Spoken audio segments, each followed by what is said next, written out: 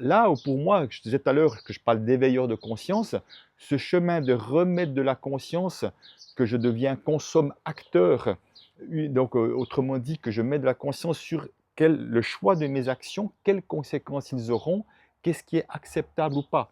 Alors il ne s'agit pas d'entrer dans une forme de dictature, de ne se permettre de plus rien parce que quelque part notre vie va peut-être devenir pauvre ou ça va être une prise de tête permanente, mais tous les cas, de remettre de la conscience dessus fait que mes actions ont commencé à être différentes en disant qu'est-ce qui est bon pour moi et ce qui est bon pour la société dans laquelle j'ai envie de vivre demain et après-demain, que j'ai envie de laisser à mes enfants et mes petits-enfants.